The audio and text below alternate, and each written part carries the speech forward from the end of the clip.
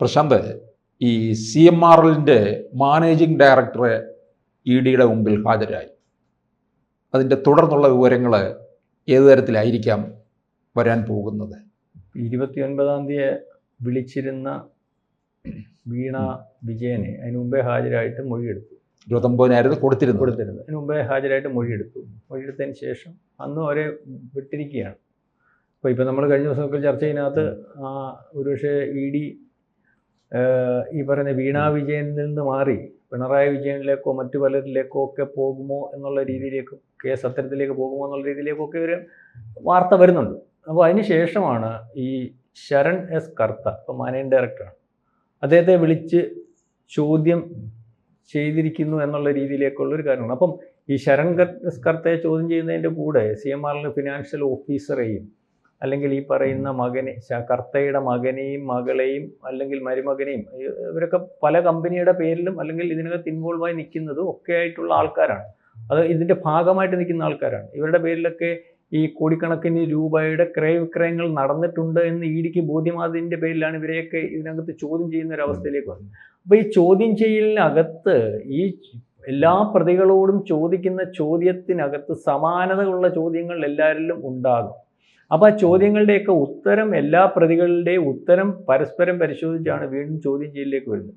അപ്പോൾ ഇതിനകത്ത് വീണ വിജയനെ 3 വട്ടം ചോദ്യം ചെയ്തതിനകത്തു നിന്നും വീണ വിജയൻ പെട്ടുപോയത് ഏതാണ്ട് 8ഓളം ചോദ്യങ്ങൾക്കകത്താണെന്നുള്ള രീതിയിലേക്ക് ഒരു വർത്തമാനം വരുന്നുണ്ട്. അപ്പം ഈ ചോദ്യങ്ങളെന്ന് പറയുമ്പം അതിനകത്ത് 8ഓളം ചോദ്യങ്ങളെന്ന് പറയുമ്പോൾ അതിനകത്ത് ഒന്ന് CMRL പിണറായിയും തമ്മിലുള്ള ബന്ധം അല്ലെങ്കിൽ ഇടപാടുകൾ ഉണ്ടോ എന്നൊരു ചോദ്യമാണ് ഒരു ചോദ്യം. അപ്പം CMRLും പിണറായിയും തമ്മിൽ ബന്ധമുണ്ടോ അല്ലെങ്കിൽ ഇടപാടുകൾ ഉണ്ടോ?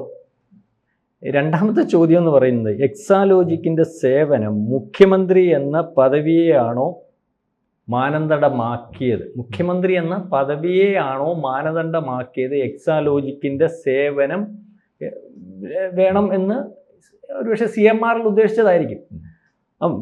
പിന്നെ മൂന്നാമത്തെ ചോദ്യം എന്ന് പറഞ്ഞാൽ ഏതെങ്കിലും തരത്തിലുള്ള ആനുകൂല്യങ്ങൾ നേടാനാണോ ഈ പണം വാങ്ങിയത്? ഇപ്പോൾ CMRL പണം വാങ്ങിയത് ഏതെങ്കിലും തരത്തിലുള്ള ആരോപണം അല്ലെങ്കിൽ ആനുകൂല്യം കൈപ്പറ്റാനാണോ? ഇത് എക്സാലോജിക്ക് അല്ലെങ്കിൽ ഈ CMRL പണം കൊടുത്തത് ആനുകൂല്യം എന്ന് പറയുമ്പം ഇവർക്ക് പണം കൊടുക്കുന്നത് കൊണ്ട് ആനുകൂല്യം ഉണ്ടാകേണ്ടത് ഗവൺമെൻറ്റിൻ്റെ ഭാഗത്തു നിന്ന്, ആനുകൂല്യം ഉണ്ടാക്കേണ്ടത് പിണറായി വിജയന്. അപ്പം ആ ഒരു ചോദ്യത്തിനകത്ത് പ്രസക്തിയുണ്ട്. നാലാമത്തെ ചോദ്യം 2.78 കോടി രൂപ ഏത് സേവനമാണ് നൽകിയത്? അതിനെപ്പറ്റി ഈ സേവനം നൽകിയതിനെപ്പറ്റി ഇവിടെ ചോദിച്ചപ്പോൾ ഇവർക്കൊന്നും അറിയത്തില്ല.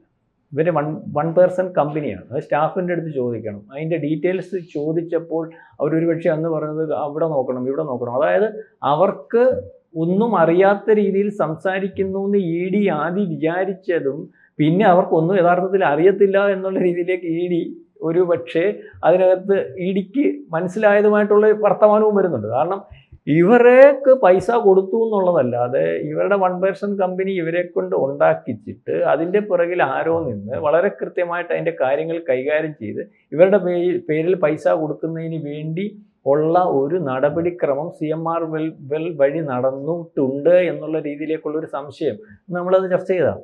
അപ്പോൾ പിന്നെ ഉള്ളതെന്ന് പറഞ്ഞാൽ അഞ്ചാമത്തെ ചോദ്യം എന്ന് പറഞ്ഞാൽ പ്രവൃത്തി പരിചയം ഇല്ലാഞ്ഞിട്ടും CMRL എക്സാലോജിക്കിനെ എന്തിന് തിരഞ്ഞെടുത്തു? ആ ഒരു ചോദ്യം ഉണ്ടല്ലോ. അത് സാറിപ്പം വലിയൊരു കമ്പനി നടത്തുക, അത് നിസ്സാരമായിട്ടുള്ള കമ്പനിയല്ല, കോടി രൂപയുടെ കമ്പനി ഇടപാടാണ്. അപ്പം അതിനകത്ത് ഏറ്റവും പ്രവൃത്തി പരിചയമുള്ള ആളിനെ തിരഞ്ഞെടുക്കാൻ സാധ്യതയുള്ളൂ. എന്നാലല്ലേ നമുക്കതിനകത്ത് ഏറ്റവും മുന്തിയ രീതിയിൽ ആ ഏൽപ്പിക്കുന്ന കാര്യങ്ങൾ കൈകാര്യം ചെയ്തുള്ളൂ. അപ്പം ഇത് പറയുന്ന പെട്ടെന്നൊരു കമ്പനി ഉണ്ടാക്കിയിട്ട് എക്സാലോജിക്ക് അതിനകത്ത് പ്രവൃത്തി പരിചയം ഉണ്ടോ ഇല്ലയോ, അതിൻ്റെ പാരമ്പര്യം ഒന്നും മുൻകാല പരിചയം നോക്കിയിട്ടില്ല, അല്ലെങ്കിൽ അത്തരത്തിൽ പരിശോധിക്കുമ്പോൾ അതൊന്നും ഇല്ല. അപ്പോൾ എന്തിനാ ആ കമ്പനിയെ അല്ലെങ്കിൽ അത്തരത്തിൽ CMRL തിരഞ്ഞെടുത്തു? പിന്നെ CMRL എൻപവർ ഇന്ത്യ എന്ന് പറഞ്ഞ അടുത്ത് നിന്ന് CMRLന്റെ എൻപവർ ഇന്ത്യ എന്ന് പറയുന്നിടത്തു നിന്ന് 50 ലക്ഷം രൂപ ലോൺ വാങ്ങിയിട്ടുണ്ടായിരുന്നു. ആ ലോണിനകത്ത് 4 ലക്ഷം രൂപ മാത്രമേ തിരിച്ചടച്ചിട്ടുള്ളൂ. ബാക്കി തിരിച്ചടച്ചിട്ടില്ല. ഈ പറയുന്ന എംപവർ ഇന്ത്യ തിരിച്ചടപ്പിക്കുന്നതിന് വേണ്ടി ശ്രമം നടത്തിയിട്ടില്ല. എന്തുകൊണ്ടത് തിരിച്ചടച്ചിട്ടില്ല എന്നുള്ളതിൻ്റെ ഒരു ചോദ്യം വരുന്നുണ്ട്. അപ്പം ഇതും CMRLന്റെ ഭാഗമായിട്ട് നിൽക്കുന്നതാണല്ലോ എംപവർ ഇന്ത്യ എന്ന് പറയുന്നത്. അപ്പം അതും ഒരു ലോണും ഒക്കെ ഉണ്ടാക്കി, അല്ലെങ്കിൽ അത്തരത്തിൽ ചില രേഖകൾ ഉണ്ടാക്കുന്നതിനോ അല്ലെങ്കിൽ അത്തരത്തിൽ ചില തിരിമറികൾ ഉണ്ടാക്കുന്നതിനോ വേണ്ടി ഉള്ളതായിട്ട് തോന്നിയിട്ടുണ്ട്. അപ്പോൾ അതിനകത്ത് ഇവരുടെ ഉത്തരം, അതിനകത്തൊന്നും അവർക്ക് കൃത്യമായ ഉത്തരം, അല്ലെങ്കിൽ ഈ പറയുന്നതിനകത്തൊന്നും കൃത്യമായ ഉത്തരം കൊടുക്കാൻ കഴിയുന്ന ഒരവസ്ഥ ഇല്ല എന്ന് തന്നെയാണ് അതിനകത്ത് ബോധ്യമാകുന്നത്. പിന്നെ 7ാമത്തെ ചോദ്യം പറഞ്ഞ എക്സാലോജിക് കമ്പനി നടത്തുന്നതിന് പ്രധാന സഹായിയായി നിന്നത് ആരൊക്കെ? അപ്പോൾ അതൊരു ചോദ്യമാണ്. കാരണം ഇവരാ നടത്തുന്നതാണ് അവർ പറയുന്നത്. പക്ഷേ അതിനകത്ത് ഇവർക്ക് ചോദ്യം ഒന്നും അറിയത്തില്ല, പിന്നെ കാര്യങ്ങൾ അറിയത്തില്ല. അപ്പോൾ അതിനകത്ത് ആരോ ഒരാൾ ഇടനില നിന്നിട്ടുണ്ട്, ഒരു മൂന്നാമനെ തിരയുന്നു ED, ഇതിൻ്റെ പുറകിൽ ഒരു വലിയ ബിനാമിയുണ്ട്, അല്ലെങ്കിൽ അത്തരത്തിലൊരു വിദഗ്ധനുണ്ട് എന്നുള്ള രീതിയിലേക്ക് ഒരു വർത്തമാനം വന്നില്ല. അപ്പോൾ അതിനകത്തുനിന്ന് വിളവായിരുന്നു വല്ലതും വരുമോ എന്നറിയാൻ വീണ്ടും അത്തരത്തിലൊരു ചോദ്യം ഇവരോട് നേരിട്ട് ചോദിക്കുന്നു.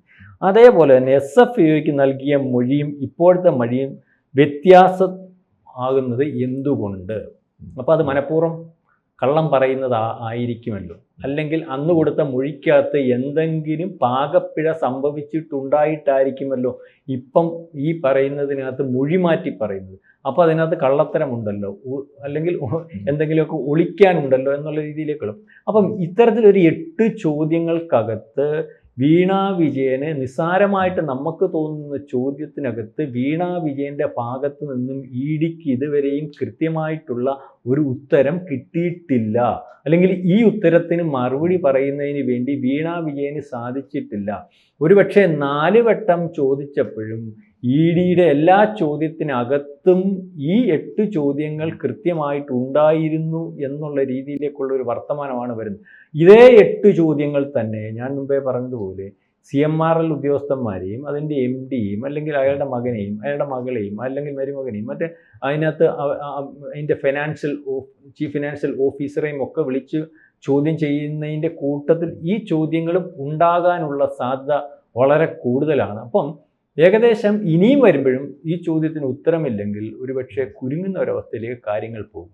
അപ്പോൾ അതിനകത്ത് അവർ ആ ഉത്തരമില്ലാത്ത ചോദ്യത്തിന് അവരുടേതായ ഉത്തരം കണ്ടെത്തിയിട്ടുണ്ടെങ്കിൽ, അതിന് ഉത്തരം തെളിവ് ശേഖരണത്തിൽ കൂടി കരസ്ഥമാക്കിയിട്ടുണ്ടെങ്കിൽ, ഈ ചോദ്യത്തിൻ്റെയൊക്കെ ഉത്തരം ഇവർ പറഞ്ഞില്ല, അല്ലെങ്കിൽ ഇവർ പറഞ്ഞത് തെറ്റാകുകയും ED കണ്ടെത്തിയത് മറ്റൊരു തരത്തിൽ ഇവർക്കെതിരായിട്ടുള്ള, അല്ലെങ്കിൽ പിണറായി വിജയനെതിരായിട്ടുള്ള, CMRLും പിണറായി വിജയനും തമ്മിലുള്ള ബന്ധത്തിൻ്റെ ഭാഗമായിട്ടുള്ളതാണ്, അല്ലെങ്കിൽ ഗവൺമെൻറ് അയാൾക്ക് ഈ പറയുന്നത് പോലെ അർഹിക്കാത്ത ആനുകൂല്യങ്ങൾ അനുവദിച്ചത് കൊണ്ടുള്ളതാണെങ്കിൽ ഇതിനകത്ത് ഇടപാടിനകത്ത് കുഴപ്പമുണ്ടല്ലോ. അപ്പോൾ ആ രീതിയിലേക്ക് കാര്യങ്ങൾ പോകുന്നു എന്നുള്ള രീതിയിലേക്കാണ് നമ്മൾക്കിപ്പോൾ മനസ്സിലാവുന്നത്. അപ്പോൾ ഇതിൻ്റെ ഒരു തുടർച്ചയായിട്ട് ഇനി ഒരു പക്ഷേ വീണ വിജയനിലേക്കും ഒരു വീണ്ടും EDയുടെ മുമ്പിൽ ഹാജരാകേണ്ട ഒരു അവസ്ഥ ഉണ്ടാകാൻ സാധ്യതയുണ്ട്.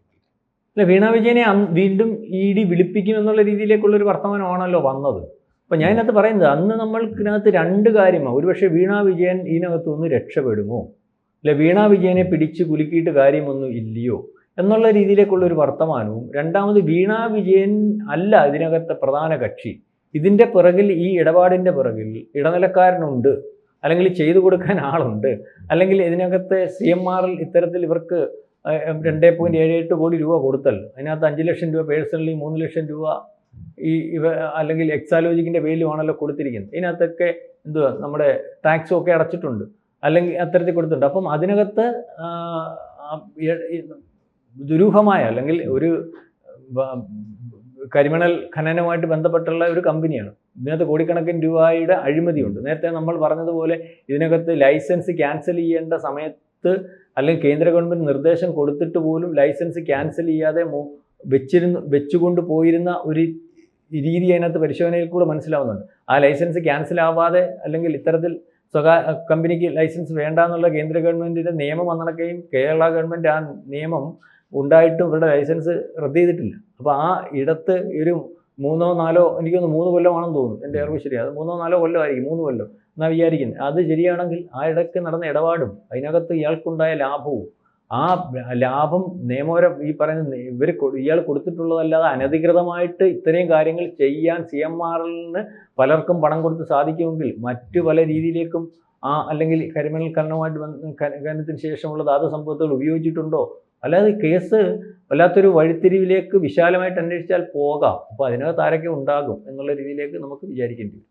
കൂടുതൽ വാർത്തകളും വിശേഷങ്ങളും നിങ്ങളിലേക്ക് എത്താൻ ABC മലയാളം സബ്സ്ക്രൈബ് ചെയ്യുക, ബെൽബട്ടനും അമർത്തുക.